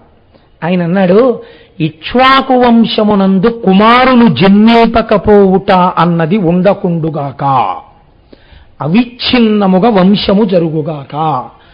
ఇప్పుడు ఇక్ష్వాకు వంశం ఆగిపోవడం అన్నది ఉంటుందా? ఆయన అడిగాడు వరం. ఆ వంశంలో ఉన్న వాళ్ళందరికీ హాయే, ఇంకా చక్కగా కొడుకులు పుట్టేస్తుంటారు. వంశం లేకపోవడం అన్నది వాళ్ళకి లేదు. ఎందుకని? ముందు ఆయన ఉన్నాడు భగీరథుడు. 2 ఆయన అడిగిన వరం, నాకు ముందు తరాల్లో కొంతమంది బూడిద కుప్పలైపోయి ఉన్నారు, ఇలాంటి వాడు పుట్టకపోతే వాళ్ళకి సద్గతులు ఎక్కడున్నాయండి? ఆకాశగంగని పాతాళానికి విడిచిపెట్టు. ఇప్పుడు మీరు ఆలోచించండి, రాక్షస తపస్సుకి భగీరథ తపస్సుకి ఎంత తేడా ఉందో. ఘోరే ఇక్కడ ఆయనే వాడేశారు. శరీరమునందు ఘోర తపస్సు, సంకల్పమునందు పరమ పవిత్రమైన సంకల్పం. ఈ రెండిటిలో అంశుమంతుడికి అప్పటికప్పుడు పనికొచ్చేటటువంటి వరం ఏదీ లేదు. ఆయన తనని ఉద్ధరించుకోవడానికి ఏం కోరుకోలేదు. తన ముందున్న వాళ్ళను ఉద్ధరిస్తున్నాడు, తన తర్వాత వాళ్ళను ఉద్ధరిస్తున్నాడు. ఇది అలాంటి వాడెవరైనా ఉన్నాడా? వాడి మొహం చూసి ఈశ్వరుడు ఆ వంశం జోలికి వెళ్లకుండా ఉండేవాడు ఎవరైనా ఉన్నాడా? అలా పూజ చేసేవాడు అటువంటి భగవద్భక్తుడు ఉన్నాడా? నువ్వు చూడకుండా తెస్తే పాపాత్ములే పైనుంటే లేనిపోని ఇబ్బందులు ఆ తర్వాత ప్రారంభం కావచ్చు. ఎందుకు పడతావు లేనిపోని ఇబ్బంది? కాబట్టి భక్తికి పెద్దపీట వెయ్యడం నేర్చుకో వివాహమునందు. కనుక ఏమైంది? ఇప్పుడు ఈయన చతుర్ముఖ బ్రహ్మగారిని ఈ 2 వరాలు అడిగారు. అయ్యా నాకు ఆకాశగంగని విడిచిపెట్టండి. ఎవరి ఆకాశగంగ? హిమవంతుని యొక్క పెద్ద కూతురు. మీరు మొన్న షణ్ముఖోత్పత్తిలో విన్నారు కదా, దేవతలు దేవతా కార్యం కోసమని ఆ పెద్ద కూతురైన ఆకాశగంగని ఆకాశంలో ప్రవహించమని అడిగారు. అడిగితే ఆవిడ అక్కడ ప్రవహిస్తోంది. ఆ గంగ భూమి మీద పడి పాతాళానికి వెళ్ళాలి. అలా నన్ను అనుగ్రహించు అని అడిగాడు. ఇక్కడ మీకు ఒక సందేహం రావచ్చు, ఇది పెద్ద విశేషం ఏముంటుందండి అలా గంగ ప్రవహించడానికి? ఇప్పుడు పైనుంచి కింద పడడం గంగ జలానికి లక్షణం, కింద నుంచి పైకి వెళ్ళడం అగ్నిహోత్రానికి లక్షణం. ఈ 2 పరస్పర విరుద్ధం. మీరు ఒక దర్భని వెలిగించి ఇలా పట్టుకున్నారనుకోండి, అగ్ని పైకి ఎక్కుతుంది. గ్లాసులోంచి నీళ్లు పోసారనుకోండి, కిందకు పడతాయి. పైకెక్కదు నీరు, కిందకి పడదు అగ్ని. కాబట్టి ఏమైంది? ఇప్పుడు పైనుంచి నీళ్లు పోయడం పెద్ద విశేషమా? గంగా కింద పడిపో అంటే పడదా? కాదు. ఇందులో ఒక పెద్ద రహస్యం ఉంది. మీరు చాలా జాగ్రత్తగా గమనించాలి దీన్ని. గంగ పవిత్రమే. ఎందుకు పవిత్రం? స్వర్గలోకంలో ప్రయాణిస్తోంది కాబట్టి. ఇప్పుడు గంగ భూమి మీద పడింది. భూమి భరించలేదు పక్కన పెట్టండి, ఈశ్వరానుగ్రహం కలిగితే భూమి ఎందుకు భరించదండి? భరిస్తుంది. భూమి భరించి వదిలింది గంగని. ఇప్పుడు ఎవరు స్నానం చేస్తారు? ఆవిడ కిందకి రాగానే భూలోకంలో ఉన్న వాళ్ళు స్నానం చేస్తారు. నేను మీకు ఇంత పూర్వం చెప్పాను, ఇది ట్రాన్సిట్ షెడ్ లాంటిది, రైల్వే ప్లాట్ఫామ్ లాంటిది. ఇటన్నా వెళ్ళిపోతారు, ఇటన్నా వెళ్ళిపోతారు తప్ప ఇటు అటు కూడా వెళ్ళనటువంటి వాళ్ళు ఎవరు ఉండరు కదా. ఎవరో వెనకటికి వెర్రివాడు రైల్వే స్టేషన్కి వెళ్ళి ఇటు నుంచి అటు పోయే రైలు ఏమైనా ఉందా అండి, ఒక గంటలో ఉన్నాయి. ఏం లేదు, ఒక గంట వరకు. పోనీ అట్నుంచి ఇటు పోయే రైలు ఉందా, ఒక గంటలో ఉన్నాయి. ఇటు నుంచి ఇటన్నా పోతారు, ఇటు నుంచి ఇటన్నా పోతారు. ఇటు పోయేందుకు గంటలో రైలు లేదా, ఇటు లేదా అన్నాడు. అంటే ఇటు లేదు అటు లేదు, అదేమిటి ఎటెడతావు నువ్వు అన్నాడు. ఎటు వెళ్ళని పట్టాలు దాడుతాను అన్నాడు. అటు అతి జాగ్రత్త. అలా భూలోకంలో ఉన్నటువంటి వాళ్ళు పుణ్యం చేసుకుని పైకన్నా వెళ్ళిపోవాలి, పాపం చేసుకుని కిందకన్నా వెళ్ళిపోవాలి పాతాళానికి. ఈ భూలోకం మీ ఉపాసనకు స్థానము, కర్మక్షేత్రం భూమి. అందుకే ఇన్ని నదీ నదములు, ఇన్ని దేవాలయాలు అన్నీ ఇక్కడ ఉంటాయి. కానీ ఇప్పుడు ఈ భూమి మీదకి గంగ రాగానే ఎవరు స్నానం చేసేస్తారు ముందు గబగబా? పాపాలు ఉన్న వాళ్ళందరూ చేసేస్తారు, అక్కడ పుణ్యం ఉన్న వాళ్ళే ఉన్నారు, వాళ్ళు చేస్తే వచ్చే నష్టమేం లేదు. ఇంతకన్నా ప్రమాణం ఎక్కడ? పాతాళం. ఇక్కడ బాగా పాపం చేసిన వాళ్ళే ఆ కింద ఉన్నారు, వాళ్ళు స్నానం చేసేస్తారు. ఇప్పుడు ఇన్ని స్నానాలు అయ్యాక ఈ గంగ అక్కడికి వెళ్తుంది కదండి. నేను అన్నానని అనుకోకండి, అసలు గంగ శక్తి ఎక్కడి నుంచి వచ్చిందో గంగావతరణంలో మీరు విందురు. కానీ ఇప్పుడు గంగ అక్కడ దాకా వెళ్ళిన తర్వాత ఇంత ఉద్ధతితో ఉన్న వాళ్ళని ఉద్ధరించగలిగినంత శక్తి నాలోంచి కూడా జారిపోయిందని అనుకోండి. ఏమిటి భగీరథుడు చేయవలసిందే? ఇది చతుర్ముఖ బ్రహ్మగారి ఆలోచన. ఇది గోకర్ణ క్షేత్ర మహాత్యం. శంకరుడు అక్కడ అనుగ్రహిస్తున్నాడు, చతుర్ముఖ బ్రహ్మగారిలో దూరాడు. గభాలన నీళ్లు పడిపోతాయి అనకు. అలా అన్నావంటే భగీరథుడి కోరిక తీరదు. శివుడే బ్రహ్మగారి మేధస్సులో ప్రవేశించి ఒక మాట అనిపిస్తున్నాడు. ఏమని? గంగాయా పతనం రాజన్ పృథివీన సహిష్యతి తాం వై ధారయుతుం వీరనాన్యం పశ్యామి శూలినః. ఈ మాటల పొందిక మీరు అర్థం చేసుకోవాలి. ఇప్పుడు గంగ ఆకాశంలోంచి పడితే పాతాళానికి వెళ్ళడానికి భూమి సహించలేదు. భూమి సహించలేదంటే భూమి యొక్క స్వరూపమే మారిపోతుంది. పెద్ద గోతులు పడిపోవచ్చు, అల్లరైపోవచ్చు, ఆ దెబ్బకి కదిలిపోవచ్చు, ఏదైనా అవచ్చు. ఒకటి, ఇది నిజంగా అంత సత్యము కాకపోవచ్చు. రెండవ ఇబ్బంది ఎక్కడొస్తుంది? మధ్యలో ఉండి పట్టుకునేవాడోడు కావాలి. అసలు భరించడం అన్న మాట ఎవరిదండి లోకంలో? భూమిది. భూమే భరించకపోతే మరి భరించేవాడెవడు? ఎవడున్నాడో అంతకన్నా ఓర్పున్నవాడు, అంతకన్నా కారుణ్యమూర్తి, అంతకన్నా సహనమూర్తి బ్రహ్మగారి చేత చెప్పిస్తోంది. వీరనాన్యం, ఇంకెవ్వరూ లేరు, నాణ్య పంధాయనాయ విద్యతే అని చెప్పేసినట్టే చెప్పేస్తున్నాడు. వేరొకరు లేరు, అంత ఓర్పుతో ఎంతకైనా దిగజారి కోరిక తీర్చాలంటే పశ్యామి శూలినః, శూలము పట్టుకున్నవాడెవరో వాడే తీర్చగలడు. అయితే మీకు ఇక్కడ ఒక అనుమానం రావచ్చు. ఏమంటే శూలినః అంటే మరి ఈయన కూడా రాడా? శూలం పట్టుకున్నాడు కదా షణ్ముఖుడు అని. కాదు కాదు, గంగావతరణం ముందు కదండి. పైగా శూలి అన్న మాట ప్రధానంగా శంకరుణ్ణి వర్తించి ఉంటుంది. శూల, త్రిశూలం పట్టుకున్నవాడు అంటే సత్యమైన పరబ్రహ్మ. మూడు గుణములు, దానికి ఆధారమైనటువంటి నిర్గుణతత్వాన్ని చేతపట్టినవాడు. కాబట్టి ఆ శూలి వచ్చి ఇక్కడ నిలబడాలి. నిలబడితే గంగ పైనుంచి ఆయన మీద పడుతుంది, ఆయన తట్టుకోవాలి, తట్టుకుని కింద పడాలి. ఇందులో మీరు ఒక గమ్మత్తు గమనించాలి. ఎప్పుడైనా మీరు కొండల మించి నీరు పడే దగ్గరికి వెళ్ళి స్నానం చేశారనుకోండి, మొట్టమొదట స్నానం చేసిన వాళ్ళు ఏం చేస్తారో తెలుసా అండి? తెలియక వెళ్ళి నీటిధార కింద తలపెడతారు. నీటిధార కింద తలపెడితే ఏమవుతుందో తెలుసా అండి? మీరు ఆ తర్వాత అక్కడి నుంచి ఏ గుళ్ళోకో ఎక్కడికో బయలుదేరతారు. బయలుదేరగానే తలలో దడ దడ దడ దడ దడ దడ దడ దడ దడ దడ శబ్దం, చెవుల్లోకి నీరు వెళ్ళిపోయి నిలబడిపోయి మాట వినపడకుండా ఇలా అంటున్న కొద్దీ తడి నీటితో కూడిన ముద్దలు బయటికి వస్తాయి. కొండమించి పడే నీటి కింద స్నానం చేసేటప్పుడు తల పెట్టరాదు, చేతులు ఇలా అడ్డు పెట్టుకుని తల పెట్టాలి, లేకపోతే ఆ ఉద్ధతిని తల తట్టుకోలేదు. కాబట్టి ఇప్పుడు శంకరుడు ఎలా పెట్టాలండి? ఇలా పెట్టాలి కదా. ఇలా పెడితే ఏమవుతుంది? అంజలి ఘటించినట్టు అవుతుంది. శిరస్యంజలి మాధాయ, పైనున్నది గొప్పది, నేను కింద వాడిని. కాబట్టి గంగ పడేటప్పుడు నేను కూడా ఇలా అంజలి ఘటించి పెట్టాలి. అంటే తను తట్టుకోలేడు కదా. మన స్నానానికి ఆయన పట్టడానికి ఎంత తేడా వస్తుందో చూడండి. కాబట్టి ఒక్క శూలి పట్టగలడు, త్రిశూలమును పట్టుకున్నవాడు పట్టగలడు. వాడు ఎక్కడున్నాడు? అక్కడే ఉన్నాడు గోకర్ణంలో. కాబట్టి ఒకటో వరం అడిగావే, అది కూడా చాలా కష్టం అయ్యా. నువ్వు అడిగింది ఇవ్వడం అంత తేలిక కాదు. ఎందుకని? తర్వాత మహాపాపాలు చేసేవాళ్ళు పుడతారు. ఎలా ఇస్తాం వంశం?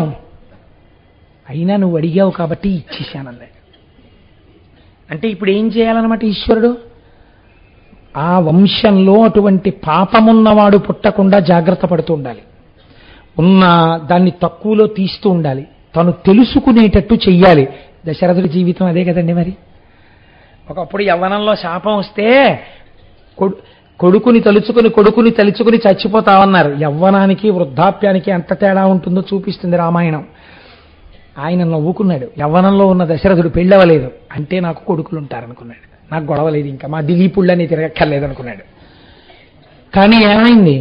నిజంగా కొడుకుట్టాక ఆ కొడుకు పక్కన లేనప్పుడు చచ్చిపోవడం ఎంత కష్టమో తెలిస్తే వృద్ధాప్యంలో కౌసల్య శాపవాక్యం ఎంత గొప్పదో ఇప్పుడు నాకు అర్థం అవుతోందని ఏడుస్తుంటే అందరూ నిద్రపోతే ఒక్కడే ఏడ్చి రామా రామా అంటూ చచ్చిపోయాడు. ఇప్పుడు నాకు అర్థమైంది కౌసల్య అన్నాడు. మీరు విన్నారు కదా అయోధ్యకాండ. కనుక ఆయన ఒక వరం ఇచ్చేస్తాను, రెండోది కూడా ఇయ్యబడవచ్చు, పట్టుకునేవాడిని ఒకడిని చూసుకో. వాడి పేరు చెప్తాను, శూలినః, శంకరుణ్ణి తెచ్చుకో. ఇప్పుడు ఏమని అడగాలండి శంకరుణ్ణి?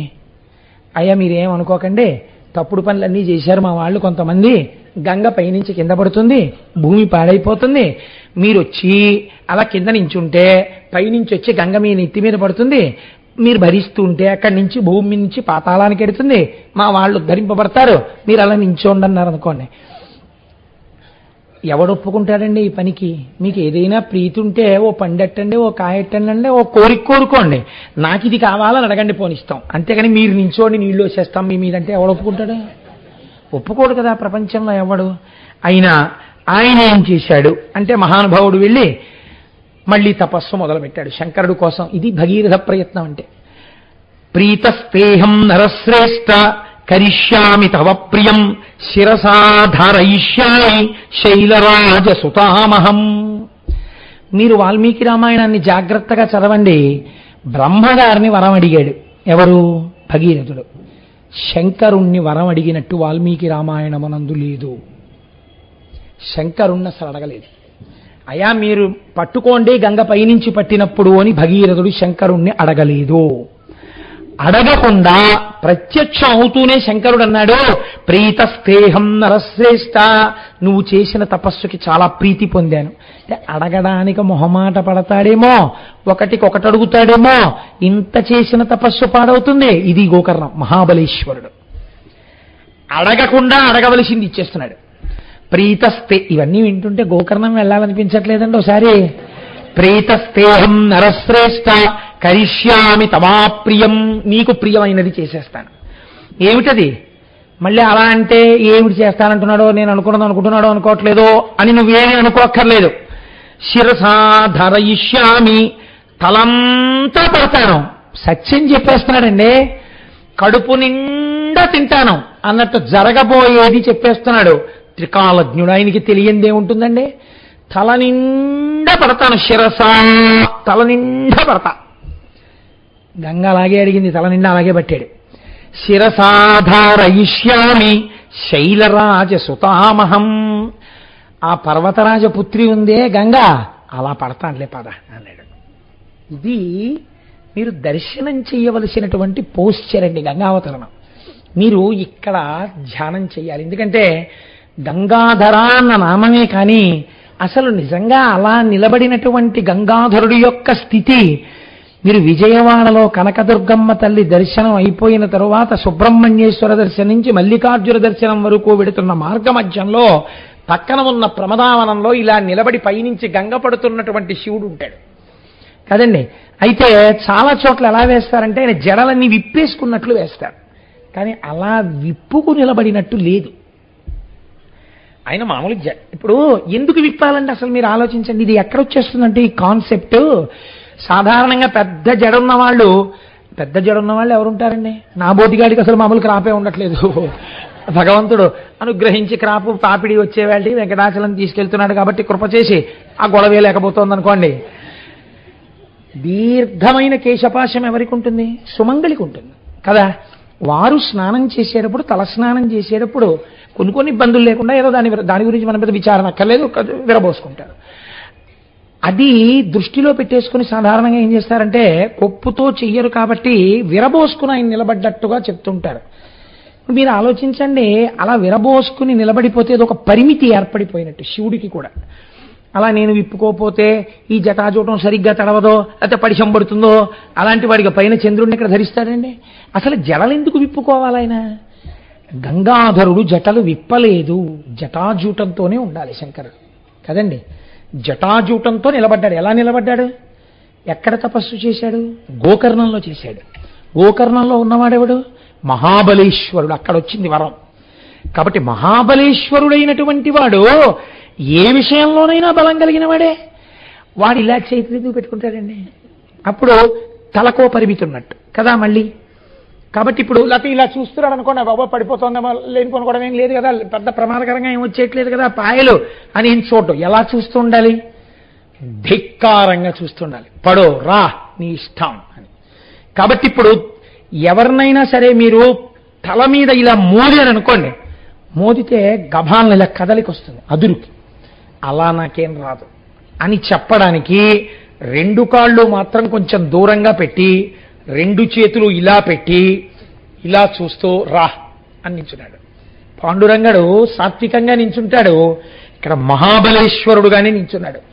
గోకర్ణంలో చేసిన తపస్సు గంగాధరమూర్తి అయింది. అది మీరు అన్వయం చేయాలి. అన్వయం చేసుకుని ఇక్కడ దర్శనం చేసుకోవాలి. ఏమి గంగాధరుడివయ్యా, ఈశ్వరా ఏమి నిలబడ్డావయ్యా, నువ్వు మహాబలేశ్వరుడివి. నువ్వు మాకు ఇక్కడ ఉండగా మాకేం లోటు? మమ్మల్ని ఎవరేం చెయ్యగలరు? మమ్మల్ని ఎవరేం చెయ్యలేరు. ఓవర్ బ్రిడ్జి డౌన్లో కారును గుద్ది కింద పడ్డాయా, ఇంకొక వాహనం కూడా వచ్చి తగలడానికి వీళ్ళు ఆగిపోవలసిందే వాహనాలు తప్ప. అంటే నేను ఎవరిని పడిపోమని చెప్పట్లేదు. అలాగా ఈశ్వరాజ్ఞ లేకపోతే ఆయన రక్షిస్తుండగా ఎవ్వడు చెనకలేడు. ఇది మహాబలేశ్వరుడు. మహాబలేశ్వరుణ్ణి చెప్పుకునేవాడిని చెనకడమే కుదరదు. వాడి ప్రారంధం దాటిపోవలసిందే. కాబట్టి ఇలా నిలబడిపోతే గంగాధరుడై హిమవత్ పర్వతం మీద నిలబడ్డాడు. ఎందుకు హిమవత్ పర్వతం మీద నిలబడాలి? పడడం ఒక పవిత్రమైన ప్రదేశంలో గంగ పడాలని నిర్ణయించుకుని నిలబడ్డాడు. ఇంకొక కోరిక కాదు ఆయనకి. ఆయన అక్కడైనా పట్టగలడు. ఆవిడికో పవిత్ర స్థలం చూపించాలనుకున్నాడు. వెళ్ళి నిలబడితే చిత్రం ఏమిటి? ఆవిడ అనుకుందిట మనస్సులో, చతుర్ముఖ బ్రహ్మగారు వచ్చి శూలిన అడిగో నించున్నాడు శంకరుడు. గంగా భగీరథుడి కోరిక తీర్చు. మీరు ఎప్పుడు గంగావతరణాన్ని లోపల దర్శనం చేసినా మీకొకటి దర్శనం అవ్వాలండి. ఈ గంగ మొట్టమొదట ఆకాశంలోంచి జారి పెద్ద ధార శివుడి తల మీద పడుతుండగా ఆ పట్టడం భూమే పట్టలేదంటే ఎంత ప్రవాహం పడిపోతుందో, ఈ శంకరుడు ఎలా పడతాడో పట్టగలడన్న నమ్మకంతో నా కోసమని ఈ పని చెయ్యడానికి సిద్ధపడ్డ పరమాత్మ అని కృతజ్ఞతతో చూస్తూ తను పక్కనున్నాడనుకోండి, ఏమవుతుంది? ఓ పాయ ఈయన మీద పడుతుంది, ఈయన వెళ్ళిపోతాడు ఆ ప్రవాహంలో. కాబట్టి భగీరథుడు పక్కన ఉంటాడా? ఉండకూడదు. అదే సనక సనందనాసులకి దక్షిణామూర్తి ఏంటి? అది మహాబలేశ్వరమూర్తి. కాబట్టి దూరంగా ఎక్కడో నించోవాలి. నించుని చూడండి, ఇంట్లో పెద్ద చెట్టు కొమ్మ కొట్టించుకునేవాడు యజమాని దూరంగా నించుని జాగ్రత్తండో అంటుంటాడు. దాంట్లో నిష్ణాతులు తారెట్టుకులు అవుతుంటారు. యజమాని ఏం కొమ్మ కింద నించోడు, మా కొమ్మే కదా అని. అలా ఎవడు గంగ కావాలో వాడు దూరంగా నించుంటాడు. దూరంగా నించుంటే ఈ గంగ పడుతూ ఉండాలి. అమ్మ గంగ పడుతుంది, శివుడి మీద పడుతుంది, శివుడి మీద పడ్డాక భూమి మీద పడుతుంది, భూమి మీద పడ్డాక పాతాళానికి వెళ్ళాలి. పాతాళంలో బూది కుప్పలు ఎక్కడున్నాయో అక్కడ చోటు చూపించడానికి నేను రెడీగా ఉండాలి వాహనంతో. కాబట్టి గుర్రాలవి కట్టుకుని ఉన్నాడు. కింద పడితే పరిగెత్తుకుంటూ గుర్రం మీద వెళ్ళి ఆ రథం మీద వెళ్ళి దారి చూపిస్తాడనమాట గంగకి. ఆయన అలా దండం పెడుతూ కూర్చున్నాడు, దూరంగా నిలబడి ఉన్నాడు. ఇప్పుడు గంగ ఆకాశంలోంచి దూకబోతోంది మీదకి. దూకబోతూ ఆవిడ అనుకుందిట, విర్రాడు. చాలా మంది శంకరుడి ప్రజ్ఞ గమనించకుండా భోళాశంకరుడు అంటుంటారు. భోళాశంకర తత్వం అంత వెర్రితత్వం ఏం కాదైంది. ఆయనంత ప్రాజ్ఞుడెవరు ఉంటారండి? ఆయనకి తెలియనిదేముంటుంది. అందుకే శూలినహ అన్నాడు మహానుభావుడు బ్రహ్మగారు. ఏమిటో నించున్నాడు, నన్ను పట్టుకోవడం అంటే మాటలు అనుకుంటున్నాడు. ఆ పైనుంచి నేను ఈయన తల మీద పడి ప్రవాహ వేగంతో వెళ్ళిపోతుంటే ఆ వేగంలో ఈడ్చుకెళ్ళిపోతా పాతాళానికి. మళ్ళీ ఇక్కడ నించున్నవాడు మళ్ళీ కన్ను మూసి కన్ను తెరిచేటప్పటికి ఎక్కడ తేల్తాడు? స్పృహ తప్పిపోయి పాతాళలోకంలో తేల్తాడు. ఏమిటో ఎందుకు నించోవడం, ఎందుకు వెర్రి ఇంత గొప్ప అనుకుందిట. సాకథం చిన్మహీం గంతుం న శక్నోత్యస్తమాస్థిత నైవ నిర్గమనం లేభే జటామండలమోహిత. పడ్డం మొదలెట్టింది పైనుంచి. ఈయనేం చేశాడు? ఇలా కూడా చూడలేదు. నేను పట్టించుకునేది ఏంటనుకున్నాడు, ఇలాగే నించున్నాడు అంతే. ఇప్పుడు ఏమైంది? ఏదో పెద్ద పంపుధార పడినట్టు గంగా ప్రవాహం పైనుంచి పడ్డామంటే మాటలు అనుకుంటున్నారా మీరు? ఎన్ని పడ్డాయో తెలుసా అండి? చాపలు పడ్డాయి, తిమింగలాలు పడ్డాయి, మొసళ్ళు పడ్డాయి, దానితో పాటుగా నీటి ఏనుగులు పడ్డాయి. ఆ గంగ పడుతున్నప్పుడు వచ్చినటువంటి శబ్దం విని సమస్త లోకాలలో ఉన్న వాళ్ళు తమ తమ వాహనములు ఎక్కు ఉంచున్నారు. అయ్య బాబోయ్ ఏమిటి నీటి ప్రవాహం అని. అంటే ఇంచుమించుగా మీరు ఊహ చేస్తే కాకినాడ పట్టణం లాంటి పట్టణాలని ఒక 100 పట్టణాలు ఎంత వైశాల్యం ఉంటుందో అంత ధార కింద పడింది. ఇంత ధార పైనుంచి కింద పడిపోతుంటే ఇలాగే నవ్వుతూ నించున్నవాడు అనుకున్నట్ట, నన్ను వెర్రాడనుకుంది కదా, ఎవరు వెర్రాడో చూపిస్తాననుకున్నట్ట. ఇలా ఎన్నాళ్ళు పడింది జటాజూటంలో. నీటికి ఒక లక్షణం ఉంటుంది. మీరు ఎంత గొప్ప పాత్రలో పొయ్యండి, ఇంత చిన్న బెజ్జం ఉంటే తెల్లవారేటప్పటికి చుక్క నీరు ఉండదు అందులో కదండి, అందులోంచి వెళ్ళిపోతుంది. అది నీటి యొక్క లక్షణం. ఇప్పుడు చిత్రం ఏమిటంటే నీరు, నీటితో పాటు నీటి ఏనుగులు, మొసళ్ళు, ఎండ్రకాయలు, పావులు, తాబేళ్లు, పెద్ద పెద్ద చేపలు, చిన్న చిన్న చేపలు, ఇలాంటివన్నీ కొన్ని సంవత్సరాల పాటు ఆ జటాజూటంలో పడుతూనే ఉన్నాయి. ఇప్పుడు శివుడి జటాజూటము ఎంత పెద్ద రిజర్వాయర్ అంటే ఇలాంటి బ్రహ్మాండాలకి ఒక బ్రహ్మాండానికి సరిపోయినటువంటి తాగునీటిని సరఫరా చేయగలిగిన రిజర్వాయర్. అన్ని నీళ్లు పట్టేశాడు. చుక్క ఇలా జారట్లేదు, అలాగే తిరుగుతోంది నీరు. చిత్రం ఏమిటి? వ్యసర్పత జలం గిర్ర గిర్ర గిర్ర గిర్ర గిర్ర గిర్ర గిర్ర గిర్ర అంటే ఎంత జటాజూటం ఉప్పాడో. ఇది వదిలేశాడంటారు, వదిలేదు, అలాగే పెంచాడు దాన్ని. నీటి చుక్క ఇప్పుడు పరిమితంగా ఉందనుకోండి, అది నిండిపోయి కింద పడిపోతుంది. కాబట్టి జటాజూటం పెరిగిపోతోంది. వ్యోమవత్యాప్తదేహాయ దక్షిణామూర్తయే నమః. ఇది మీరు వామనమూర్తి పెరిగినట్టు జటాజూటం పెరగడం మీరు ధ్యానమునందు గంగాధరుడి యందు చూడగలగాలి. జటాజూటం లోకాల వరకు పెరిగిపోతోంది, నీళ్ళన్నీ అందులో ఉండిపోతున్నాయి. సంవత్సరాలు అయిపోయింది, నిలబడ్డా ఆయనకి నీళ్లు పడ్డం కనపడుతోంది, కిందకి పడ్డం కనపడలేదు. మరి అయితే అలా ఎందుకు నించున్నాడు? 2 కారణాలు. నీరన్నది తల మీద పడ్డాక కింద పడుతుందని ఒకటి నమ్మాడు. జుట్టు కదా నీరెందుకుంటుంది అని ఒకటి అనుకున్నాడు. రెండోది ఏమనుకున్నాడు? తప్పకుండా నా కోసమే పట్టుకుని ఉంచాడు కాబట్టి కింద వదులుతాడు. అన్నింటినీ మించి భయం ఏమిటంటే కొంచెం దగ్గరికి వెళ్ళి అయ్యా ఏంటండి పట్టలేదని అడుగుదామంటే వదిలేస్తే తనే దగ్గరికి వెళ్ళాక కరెక్ట్గా కింద పడితే తను ఉండడం. కాబట్టి దగ్గరికి వెళ్ళి అడగచ్చా? అడగలేడు. మీరు గంగావతరణాన్నండి శ్లోకాలు కాదండి, ఇక్కడ దర్శనం చెయ్యాలి. ఇప్పుడు ఎన్ని పరిపరి వేదనలు పొందుతున్నాడో భగీరథుడు అక్కడ. ఎందుకు భగీరథ తపస్సు అన్నారు. ఎంత పరితపించిపోయాడో కంటి ముందు కనపడుతోంది జలధారలో. ఆ పైవాళ్ళు చూస్తున్నారు. ఏమిటి చూస్తున్నారు? కరెక్ట్గా ఇలా కొంచెం పైకి వస్తోంది, ఇదంతా పడిపోతుంది, మళ్ళీ ఇలా పెరుగుతోంది. ఇలా హారిజాంటల్గా పెరుగుతోంది, వెర్టికల్గా పెరుగుతోంది. ఎన్ని నీళ్లు పోసేసినా ట్యాంక్ పెరుగుతూనే ఉంది, పడుతూనే ఉంది గంగ. చక్కగా అందులోనే చేపలు తిరుగుతున్నాయి, అందులోనే మొసళ్ళు తిరుగుతున్నాయి, అందులోనే నీటి ఏనుగులు తిరుగుతున్నాయి. చుక్క నీరు కింద పడదు. ఏమిట్రా ఈ చిత్రం అలాగే ఉన్నారు. కొన్ని సంవత్సరాలు తిరిగిన తర్వాత ఈవిడ అనుకుందిట, అరేరే చిన్న కన్నం దొరికితే జారిపోవడం నాకొచ్చు, ఇంత పెద్ద ధారని ఒక లోహం కాదు తన జుట్టు ముడితో కట్టేశాడు కొన్నేళ్లు గంగావతరణాన్ని. ఈయన ప్రాజ్ఞుడంటే, ఈయన పరమపురుషుడంటే, ఈయన పరబ్రహ్మం అంటే తెలియక వెర్రితనానికి పోయాను. ఈయన పరమాత్మ, ఈయన శరీరానికి తగలడం నా భాగ్యం. ఈయనే వదిలితేనా ఇలా జారిపోతాను. ఇలా జారిపోయినప్పుడు ఇప్పుడు తలకి తగలడం కాదు, ఈయన ఒళ్ళంత తరువుతో కింద పడిపోతాను. అంటే నాకు పరబ్రహ్మ స్పర్శ కలుగుతోంది, నేను పునీతమైపోతున్నాను అనుకుంది. అంతే వదిలేడా. ఈవిడికి ఈ బుద్ధి, ఆయనకి భగీరథుడికి మళ్ళీ తపస్సు మొదలెట్టాడు శంకరుడి కోసం. ఆయన యొక్క కార్యసిద్ధి ఏకకాలమునందు సంఘటించి వదిలిపెట్టాడు నీరు. ఆ నీరు వచ్చి బిందు సరోవరంలో పడింది. మొట్టమొదట బ్రహ్మగారు తపస్సు చేసినటువంటి స్థలం. అక్కడి నుంచి 7 పాయలుగా విడిపోయింది. తూర్పుకి కొన్ని పాయలు, పశ్చిమానికి కొన్ని పాయలు వెళ్ళిపోయి భగీరథుణ్ణి అనుసరించి ఒక పాయ వెళ్ళిపోయేటట్టుగా ఆయన అనుగ్రహించాడు. ఇది ఈశ్వరతత్వం అంటే. మీరు నేను నిజంగా తీసుకొచ్చి ఒక గ్లాసుడు నీళ్ళు ఇలా పోసామనుకోండి, పోస్తే ఈ పోస్తున్న నీళ్లు ఒక పాయగా ఇటు వెళ్ళుగాక, ఒక పాయగా అటు వెళ్ళుగాక, ఒక పాయ సుబ్రహ్మణ్యుడికి పూజ జరిగిన వైపు వెళ్ళుగాక అన్నాను అనుకోండి, నీ మోహం అని పల్లవన్న వైపు వెళ్ళిపోతుంది. నీరు పల్లమెరుగు నిజము దేవుడు ఎరుగు. అలా ఏం వెళ్ళదు. అంటే శంకరస్య ఇవ శాసనాత్, ఆయన ఎవరెవరికి ఎటువైపు ఎంత అవసరమో అటు పంపాడు నీరు. ఇది ఈశ్వరాజ్ఞ. ఏమి శంకరుడండి, ఏమి మహాదేవుడండి నిజంగా. ఆయన ఒక పాయని ఎలా చెప్పాడో చూడండి. భగీరథుడితో వెళ్ళు అన్నాడు. ఇప్పుడు ముందు భగీరథుడి రథం వెళుతోంది, వెనకాతల గంగ వెళ్ళిపోతోంది. ఇలా వెళ్ళిపోతుంటే ఒక ఆశ్చర్యం జరిగిందిట.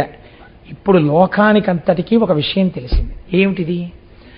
గంగ పవిత్రమైపోయింది శంకరుడికి తగలడం వల్ల. ఇది నేను చెప్పట్లేదు, ఆయనే అంటారు. గగనా శంకర స్థిత తతో ధరణిమాశ్రిత వ్యసర్పత జలం తత్ర తీవ్ర శబ్ద పురస్కృతం. పెద్ద చప్పుడుతో ఖాళీగా ఉన్న దాంట్లో పడితేనే చప్పుడు సరికదా, సగం నిండిన దాంట్లో నీళ్లు పడ్డాయనుకోండి ఇంకా చప్పుడు. ఇంత చప్పుడుతో పడ్డ నీరు ఇప్పుడు ఆయన నుంచి భూమి మీదకు పడితే కొత్త చప్పుడు, ప్రవహిస్తుంటే ఇంకా చప్పుడు. ఈ చప్పుడు చాలలేదన్నట్టు ఉరే ఉరే ఉరే ఉరే విచిత్రం చూసావా, ఆకాశగంగా ఇన్నేళ్ల నుండి ఉండిపోయేది జటాజూటంలోంచి శంకరుడి మించి కింద పడిపోతుంది.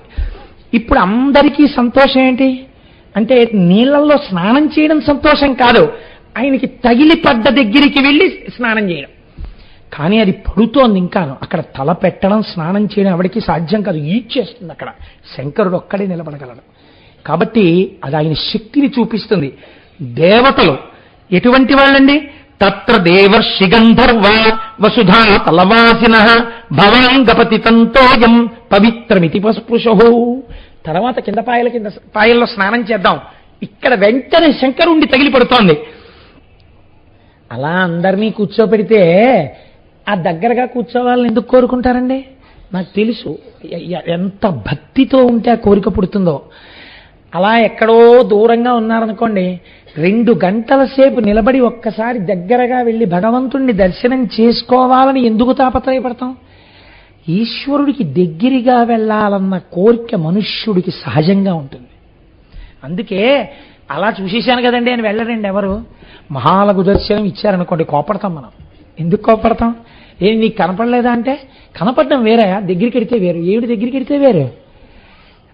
ఈశ్వరుడి దగ్గర మనం ఈ మాట అంటాం చూడండి. అంతరాలయం దగ్గరికి తీసుకెళ్ళినా అంతరాలయంలో కదలరా అండి అంటాం. అంతరాలయంలో కదిలితే ఓసారి ముట్టుకోకూడదా అండి, ఓసారి ముట్టుకొనిస్తే ఏమంటే తల కొట్టుకోకూడదా అండి, తల కొట్టుకొనిస్తే ఏమంటే బయటికి వెళ్ళి 2 పూలు తెచ్చుకుంటాను వేసుకోవచ్చా అండి. ఇవి మీరు గుర్తుపెట్టుకోండి. ఈశ్వరుడి వైపుకి పరిగెత్తడానికి మీకు అంతర్లీనంగా ఉంది ఈ కోరిక. ఈ కోరికే ప్రపంచపటం మొత్తం మీద ఒక్క భారతదేశంలోనే ఉంది, ఇంకెక్కడా లేదు. దేవాలయంలోకి వెళ్ళిపోవాలని, భగవంతుణ్ణి కౌగిలించుకోవాలని, దగ్గరగా వెళ్ళాలని, చూడాలని మనం పడే పరివేదన ఎవ్వరూ పడరు. ఎందుకని? మన జీవితాలు ఈశ్వరుల్లో కలిసిపోవాలని కోరుకోవడం అంతర్లీనంగా మనకున్నటువంటి సంప్రదాయం. కాబట్టి ఇప్పుడు వాళ్ళు ఏం చేశారు, అక్కడికి వెళ్ళి దాని కింద తల పెట్టలేక ఆ నీటిలో చెయ్యి పెట్టి తీసి చల్లుకున్నారు. కింద పాయల్లోకి వెళ్ళి స్నానాలు చేశారు. ఇప్పుడు ఏమైందో తెలుసా అండి, ఒక విచిత్రం జరిగింది. కింద నుంచి పైకి వెళ్ళిపోతున్నారు కొంతమంది, కొన్ని వేల మంది పైనుంచి కిందకు వచ్చేస్తున్నారు. ఎందుకు ఇలాగా? అంటే ఒరే మళ్ళీ మనకి అవకాశం వస్తుంది ఏంటి, మన పుణ్యం అయిపోతే మన కిందకు తోసేస్తారు. క్షీణే పుణ్యే మర్త్యలోకం విశంతి, పుణ్యం ఉన్నంత కాలం స్వర్గలోకంలో ఉంచి కిందకు తోసేస్తారు. మళ్ళీ కొత్త పుణ్యం సంపాదించేసుకోవాలి. కాబట్టి ఏం చేస్తున్నారట, వాళ్ళందరూ కిందకొచ్చి గంగలో స్నానం చేసి పైకి వెళ్ళిపోతున్నారు. మహాపాపాత్ములు భూమి మీద ఉన్న వాళ్ళు గంగలో స్నానం చేసి పాపాలపై పైకి వెళ్ళిపోతున్నారు. కిందకొచ్చేవాళ్ళు పైకి వెళ్ళేవాళ్ళు, కిందకొచ్చేవాళ్ళు పైకి వెళ్ళేవాళ్ళు. ఓ స్నానం అయిందా, అయిపోయిందంటే వెళ్ళిపోతున్నాం. ఓ మీరెక్కడికి వెళ్తున్నారు, స్నానానికి వెళ్తున్నామంటే వెళ్ళిపోయేవాళ్ళు. ఎగువకు పోవు పండ్లకు దారి విడివమో అని తిరుమల కొండ మీద రాసినట్టు కిందకొచ్చేవాళ్ళు పైకి వెళ్ళేవాళ్ళు, కిందకొచ్చేవాళ్ళు పైకి వెళ్ళేవాళ్ళు. ఒకటికి 4 మాటలు స్నానం చేసేసేవాళ్ళు, దాని వెంట పరుగులు తీసేవాళ్ళు. ఎందుకని? నదీ ప్రవాహం ఇంత గొప్పగా ఒక మనిషి సాధించినది చరిత్రలో.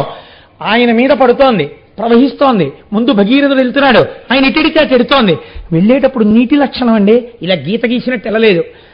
లోతుల్లోకి వెళ్ళిపోతోంది, సుడిగుండాలు తిరిగేస్తోంది, ఇలా వంకరగా వెళ్ళిపోతోంది. ఎత్తెక్కడానికి ప్రయత్నం చేస్తోంది, పచ్చటి నురుగు ఏర్పాటు చేసుకుంటోంది, పుట్టల్ని కప్పేస్తోంది.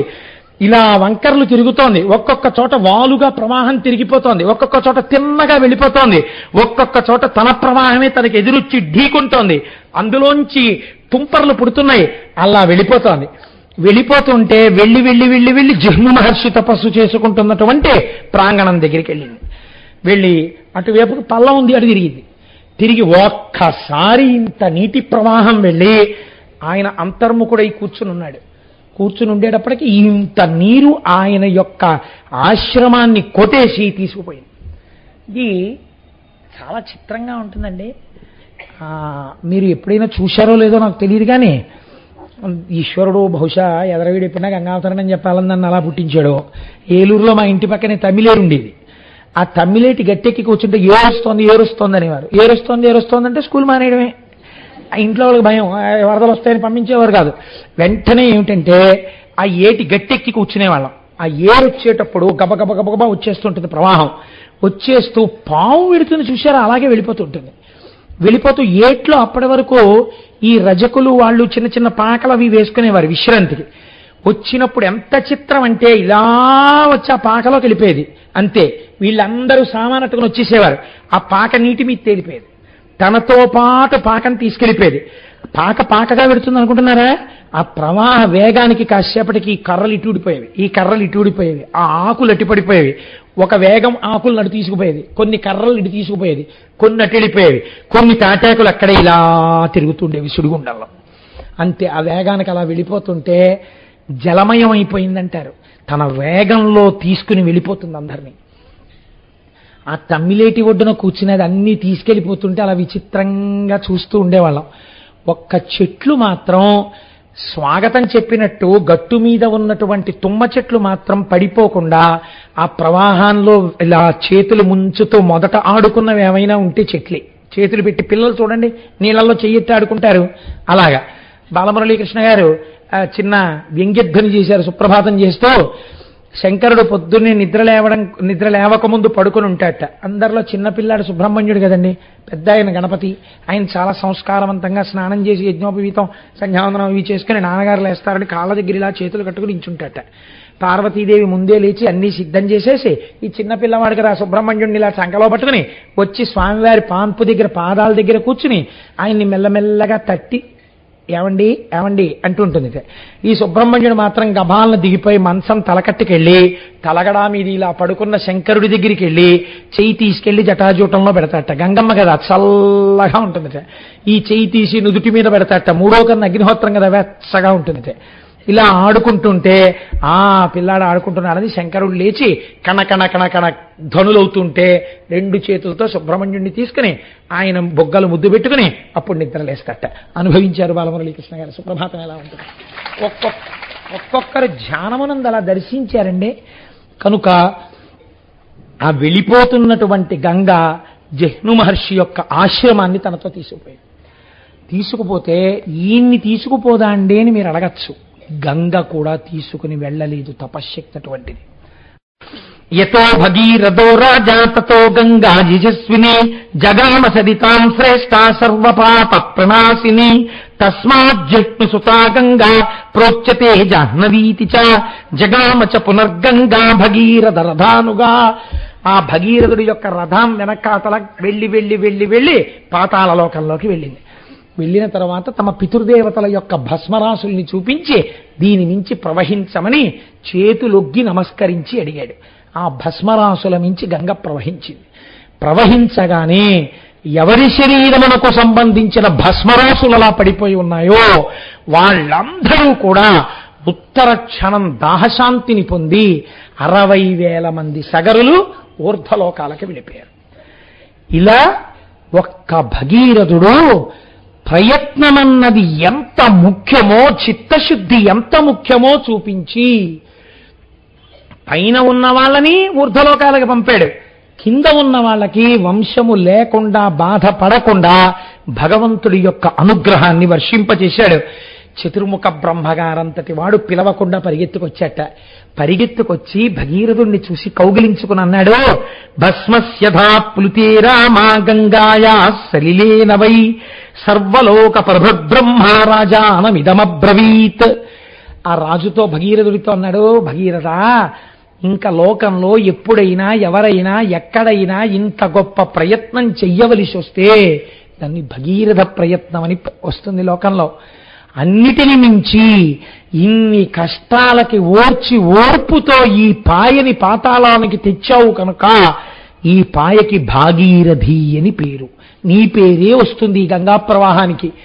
తెలిసి కాని తెలియక కాని ఎన్ని పాపములు చేసిన వారైనా సరే ఈశ్వరుడు అంతటి శక్తివంతుడే, అంతటి బలవంతుడే, గోకర్ణ క్షేత్రం అంత గొప్పదే, అంత దయాళువే. ఆయన శరీరమునకు తగలడము వలనే గంగకి ఇప్పటికీ ఎప్పటికీ ఎంతమంది పాపాలు కడిగినా కడగగలిగినటువంటి శక్తి నిలబడుతోందని నమ్మి గంగావతరణ కథని చేతులెత్తి నమస్కరించి పరమేశ్వరుడు అలా నిలబడినటువంటి ఆ గంగాధరుడి యొక్క పాదములను దర్శించి ఆ తెల్లటి పాదాలకి ఎవరు నమస్కరిస్తున్నారో, ఎవరు ఈ గంగావతరణ కథని అనుమానాలు పెట్టుకోకుండా విని నమ్మి నమస్కరిస్తున్నారో అటువంటి వారికి ఇదమాఖ్యానమవ్యగ్రో గంగావతరాం శుభం యః శృణోతి చకాకుత్స సర్వాన్ కామానువాప్నుయాత్. అసలు వాల్మీకి మహర్షి ఎక్కడా చెప్పరు ఫలశ్రుతలు. అలాంటి వారు షణ్ముఖోత్పత్తికి గంగావతరణానికి ఫలశ్రుతి చెప్పారు. ఎవరు పరమ పూజ్యభావముతో నమ్మి నమస్కరించి విశ్వాసముతో గంగావతరణము వింటున్నారో అటువంటి వారి యొక్క సమస్తమైన కోర్కెలు తీరుతాయి. సర్వే పాపాః ప్రణశ్యంతి. వారు ఎన్ని పాపములను ఇతపూర్వము చేసిన వారైనా ఆ బాధలు పొందకుండా వారి పాపములను మానసికంగా గంగా దర్శనం చేస్తూ విన్నారు కనుక ఆ పడిపోతున్న గంగ యొక్క శబ్దాన్ని ఇక్కడ మనస్సులో వింటే రంగతుంగ తరంగ సంఘములతో రంజిల్లు ఘోషంబుతో బంగారంబగు పొంగుతో నురగతో పువ్వాట తుంపర్లతో భంగుల్ సల్పుచు జగ్గలించుతున్న భోభాగము నుండి జారన్ గంగమ్మను దల్చితే శిరమునన్ రంజిల్లుతున్ శంకర అంటూ ఆ గంగాధరుడికి ఎవరు నమస్కరిస్తున్నారో అటువంటి వారందరికీ సర్వే పాపాః ప్రణశ్యంతి. గంగా స్నానం కాదు, గంగావతరణమే విన్నారు కనుక వారి పాపములు పటాపంచలైపోయాయి. ఆయుకీర్తిశ్చవర్ధతే.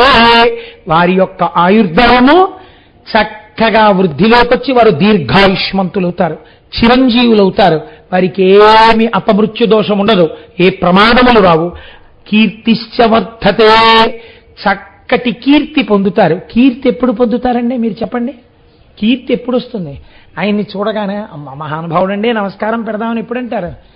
సద్గుణములు కలిగినటువంటి వాడు, సత్కర్మానుష్ఠానము కలిగినటువంటి వాడు అయితే కీర్తి ఉంటుంది. అంటే ఈ గంగావతరణము వినడము చేత మనస్సు మారి భగవంతుడి వైపుకి మనస్సు ప్రచోదనమై సత్కర్మానుష్ఠానము కలిగి వేరొకసారి నేను పాపము చేయరాదన్న సద్బుద్ధి కలిగి వాడు పుణ్యాత్ముడై లోకము చేత కీర్తింపబడవలసిన వాడిగా మారుచున్నాడు. కనుక ఆయుకీర్తిశ్చవర్ధతే. అంత పరమ పవిత్రమైనటువంటి గంగావతరణ ఆఖ్యానాన్ని ఇవాళ మీకు చాలా గొప్ప రోజు సోమవారం ప్రదోషవేళ శివాష్టోత్తరం చదువుకుని శివమహాపురాణ వ్యాఖ్యానాంతర్గతంగా మనం గంగావతరణ ఘట్టాన్ని స్వామి సన్నిధానంలో కూర్చుని చెప్పుకున్నాం మనం ఎంత భాగ్యవంతులం. ఈశ్వరుడు యొక్క హద్దులే నీ కారుణ్యం.